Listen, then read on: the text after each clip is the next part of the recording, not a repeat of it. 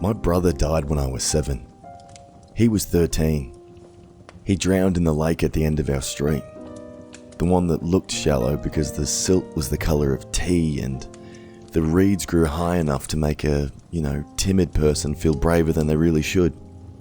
After the ambulance, after the neighbours stared the way people stare through glass, after the casseroles and murmurs and the thunder that refused to break, my parents finally shut his bedroom door. They gripped the knob the way people hold onto handrails in stairwells. They tried to clean his room once. I remember the plastic storage bins stacked in the hallway like tombstones. I remember the smell of the chemical lemony cleaner. I remember dust floating through the midday sun. I remember hearing my mother's breath, short and thin, like she was climbing some hectically tall mountain of despair. They couldn't do it. It was all just too raw, too soon, too horrible. After that, the door just stayed shut. Not locked, but worse. Sealed with the weight of what was behind it. His room became a museum.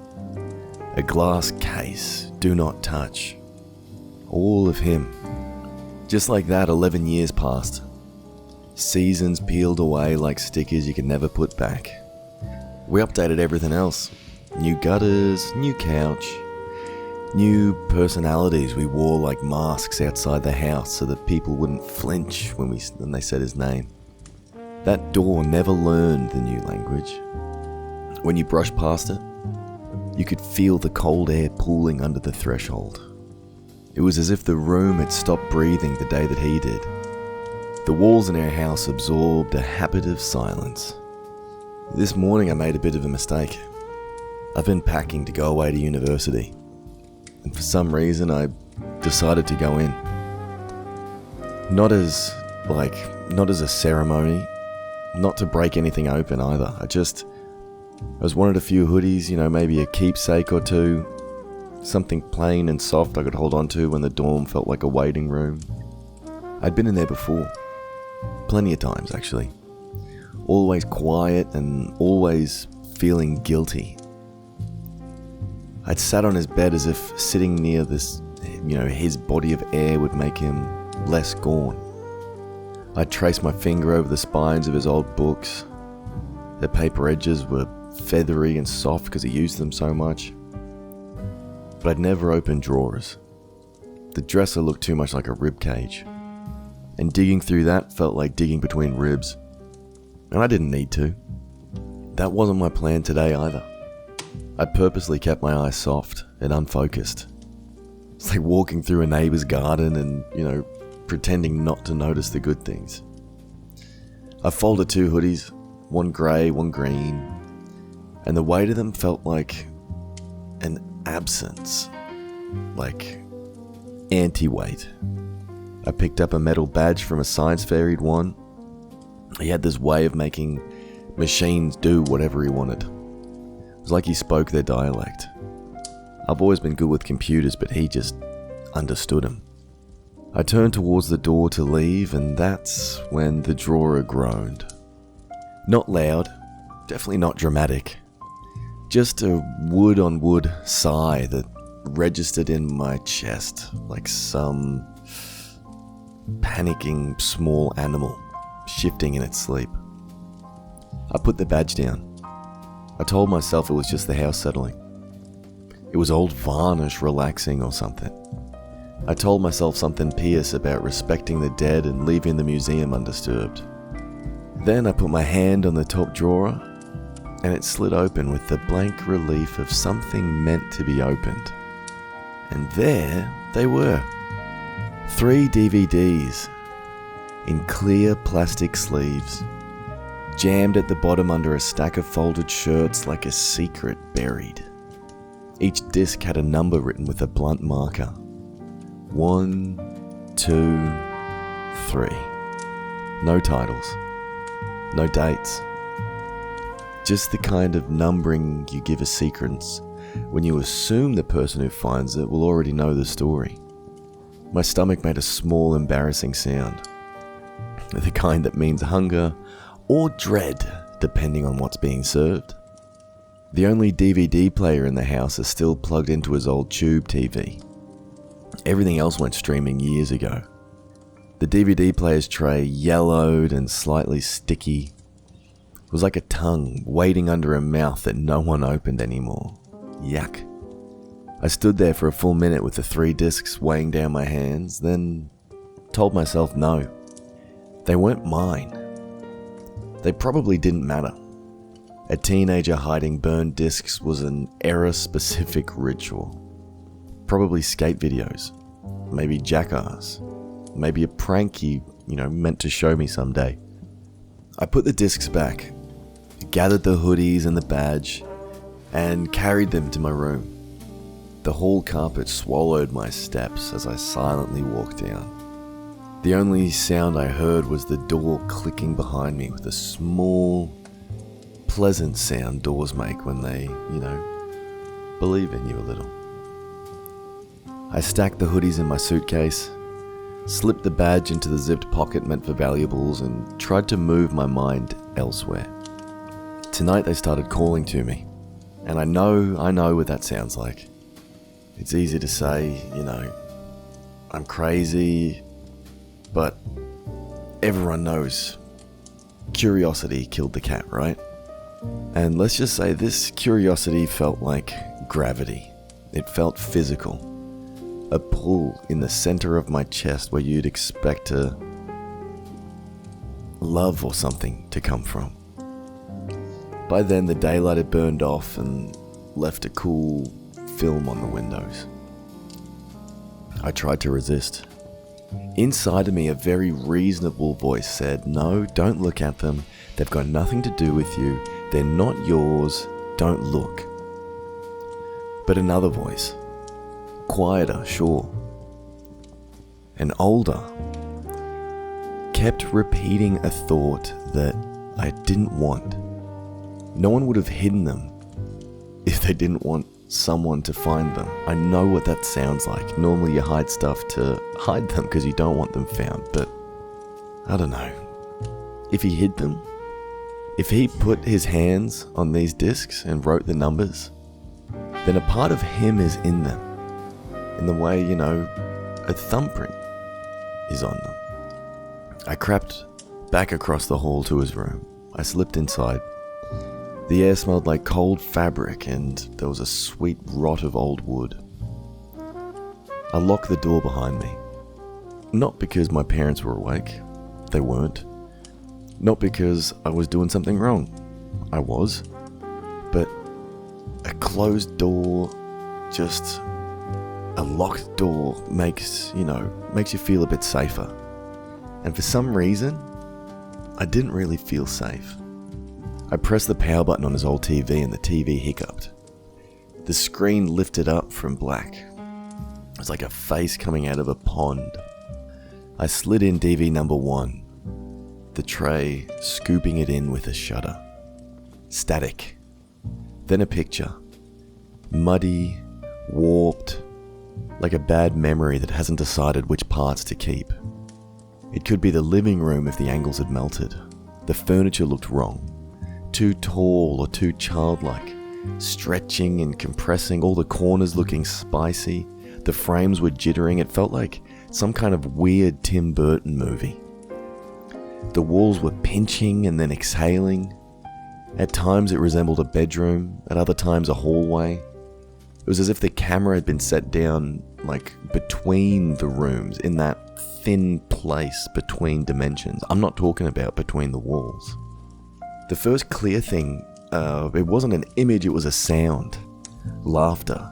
Like glass clinking, like silverware across porcelain, across dinner plates. My mother's voice in another room. She was saying his name. It was like the way you tell a secret to someone in a crowded place. The sounds were familiar in a way breath is familiar, natural. You recognize it even when it's shifted an octave. Sounded like family just out of frame. Like we'd gathered and then drifted to the edges, and then a sound that cut straight through me to my soul. It was my brother's laugh. It wasn't a memory. It wasn't, oh, I think that sounds like him. It was him. Bright and sudden. It had that slightly mean edge he got when he teased you just enough to make you cry and then felt bad for making you cry. It swelled and filled the room so completely that I had to look away from the screen, as if it were too loud to keep looking at the source. I know none of this makes sense. My chest stung, my scalp tightened, the hairs on my arms stood up. There are kinds of grief that bruise, like internally on the soul. And then there's the kind that unthreads you and pulls you apart slowly, like a cruel kid taking apart his sister's toys. Underneath the laughter came another voice, not layered over like commentary, not part of the room. Low, deliberate, close to the microphone in a way that didn't make sense with the rest of the soundscape. You know when someone leans in too close and you hear their breath on the filter? It was like that. It was wet. And it wasn't spit so much as something cold. "You haven't noticed yet," it said. The picture snapped to black. I sat very still, arms hot, hands grey at the knuckles where I was gripping my knees. Then I moved, automatic, the way you repeat something like a learned movement, muscle memory. I hit eject, and then I pushed the same disc straight back in, with the jittery confidence of someone just trying to hold on to something that they knew had already gone. I just wanted to hear that laugh again. I didn't even glance at the other two discs, stacked like promises next to the TV. I pressed play again, and this time I crawled into the footage like a thief. Pause, advance a frame, pause. The images refused to hold still. The room was like a foreign country that borrowed our own room's furniture. I kept thinking I could see our coffee table, our cheap bookshelf, the slouch of our old couch. And then, a corner would sharpen into something I'd never seen. The colours were wrong. Bleached at the centres, bruised at the edges, and whenever the camera vibrated, the walls seemed to lean towards each other, as if they were whispering. It made me feel like I was being unmade, like mentally unlearned, like my eyes had peeled back to an earlier version, and the world underneath was too simple to support the weight of what I knew in my current state. And then, caught in between the frames of this, just before that laugh, that tinkling laugh, there was a caption, a faint stamp burned into the lower corner. July 30th, 2015. The date sat there for a whole second before the camera jerked and washed it out. A small, evil, ridiculous piece of evidence in a place where evidence shouldn't exist. I said out loud to no one. I said, no. And then, no. Like repetition has the power to sand away this evil that was clutching at me. This was 7 months after he drowned. Now, there's an instinct, I think we get this from animals, that makes us consider backing away slowly when we see a thing that refuses to fit. My first thought folded itself into that instinct. Glitch. Old cameras keep their own bad calendars. There are clocks and appliances in this house that have been blinking 12 o'clock since before I was born. I was hyperventilating. I bullied my breath into even squares. In, hold, out, hold, until my lungs felt like paper. I told myself stories about timestamps and date-setting screens we never touched, anything but the shape of what that caption implied. Then, I couldn't help myself. I pressed play. His laugh came through again, and everything in me organized again. My fear loosened its jaw. Everything was fine. Not fine. Less sharp. It was like grief that had been chewing at my heart for almost my whole life, had slipped a cushion between its teeth and my skin. That sound, that laugh, it made him present, alive. I could feel where in the room he would have stood to make that sound. I could feel it. I nearly smiled. And that almost smile felt treasonous, but it also felt like relief. Then the voice came back, closer. Not just in a way that a whisper is close, but in the way that something cold is close when you're in warm water and a cold current just slips past your ankle. Wet against the microphone, breaking and cutting like static through old speakers. The syllables too heavy like they've been soaked. You noticed. I ripped the disc out of the player. It scratched my finger and I didn't feel it at all until later. The plastic flexed and then skidded across the floor like a frisbee. The TV went black with the injured dignity of something that has finally been used and then betrayed. My body was operating on guesses and adrenaline. My hands were shaking so hard I felt like I could hear the bones rattling. I wasn't brave. I wasn't even curious anymore. I was just a container for a sound I couldn't even house. There are good reasons, and that's kind of the problem. There are always reasons you can stack like paperwork on a desk until the desk, makes you look busy enough to be important. I tried to build a logic that would hold. The discs were from before he died. The dates were wrong. It was a layered recording from a family gathering or something. It was a cousin that sounded like him. Maybe a neighbor's laugh had slipped in through the window. Maybe my brain had found a face in the wallpaper and insisted on introducing me. But the reasons all felt paper thin. Felt like tissues, cheap tissues. I could feel the house listening the way a room listens when someone mentions a secret. I grabbed the hoodies and the badges, gathered my body back into itself, and bolted across the hall. I couldn't make myself switch on the hallway light. Even light felt like an invitation to be seen. Whatever had spoken didn't need an invitation. I didn't want to give it any more help. The room door shut with a thud, and I locked it. From the outside this time. I made my way to my room, I crawled into bed, and I pulled the covers over my head. Like the instinct older than who knows what, just trying to hide from the dark. The shape of my doona around me made like a childish cave. A pocket of stale breath where no evil could find me. It's like a place where animals crawl in when a storm starts. As if that thin cotton could stop the thing that knew it had my attention. Now, I don't want to watch the other DVDs. I don't, but the pull hasn't stopped. In fact, it's worse. The gravity's gotten stronger. It's a tide. Yeah, sure, it goes away, but then it comes back and it's pulling me. It's a tide. It's realized the shore is weak and it's decided to take a bite. The discs sit across the hall, silent and heavy. Every second I'm away from them, there's a cord between us now. And even though it's, long, I can feel it straining.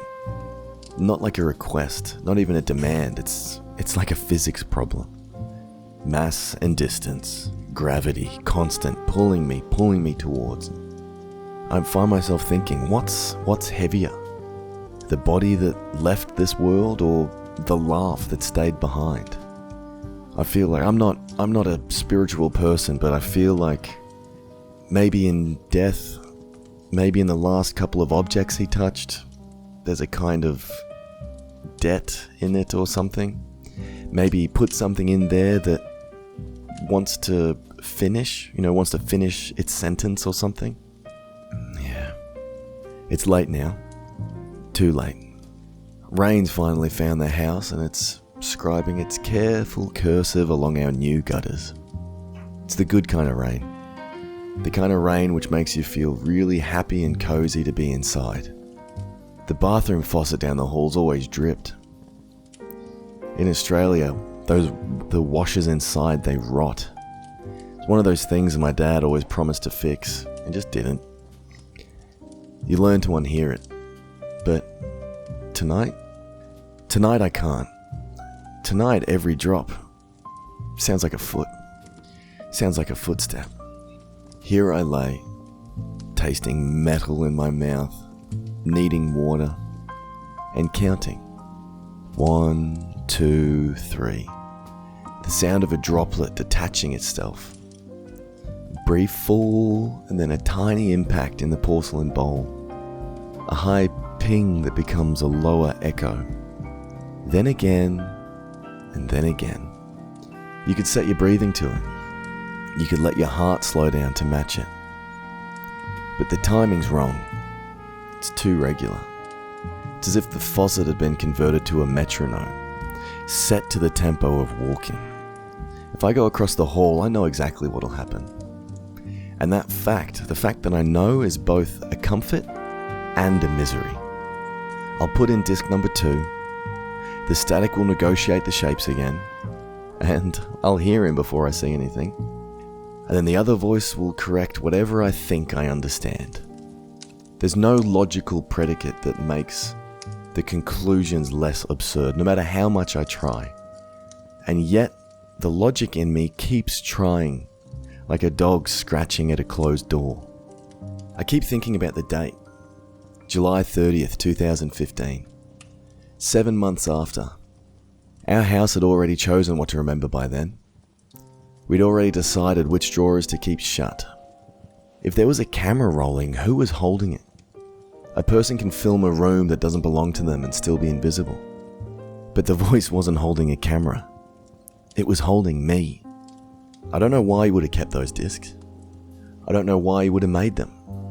I can imagine his hands, the way his fingers would hinge at the knuckles when he concentrated on something small, white-knuckled.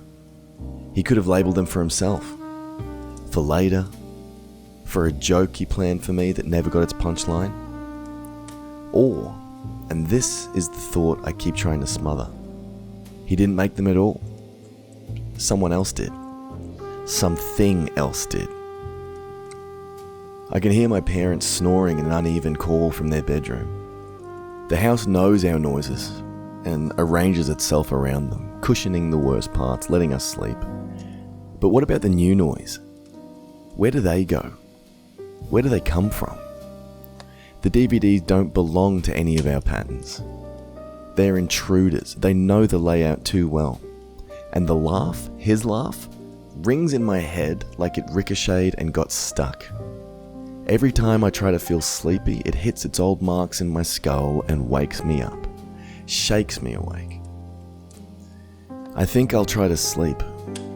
The rain outside's like a blanket, and the dripping of proof of something boring, something mundane, something physical. Sleep would be an act of faith. A choice to rehearse waking up in a world where nothing purred into a microphone to tell me I hadn't noticed. But I also feel like honesty is a better ward than faith. So, here's some honesty. I want to go back. My body wants to go back with the same simple insistence that makes you scratch a mosquito bite until it bleeds. That's how it has me. Not with grand gestures, but with the promise that something else, almost exact, it'll become exact if I just watch closely enough. There are 3 discs. If I play the second, there's still going to be a third. If I play the third, there will still be the first, lying where I threw it, waiting to be slotted back in. And that's kind of the trick of these 3 DVDs. They're presented like a ladder that I can climb to the top, but really it's a loop. I could climb all night and arrive back at the start, placing disc 1 back in and watching 2 till 3. The only thing changing is the house getting a little bit older, maybe a little bit colder. I thought the door to his room was a mouth that would swallow me. Maybe it's a throat. Maybe the house is trying to teach me how to be quiet in the right places. I wish you were here to tell me it's done. I wish he'd roll his eyes and call me a baby, and then show me the trick behind the trick. The problem with wishing is that sometimes the wish answers. And what answers is not the person, but the shape left behind in their absence. It's dark, it's late, the rain just started. The bathroom faucet always drips, but tonight it sounds so much laughter. And it definitely sounds like footsteps.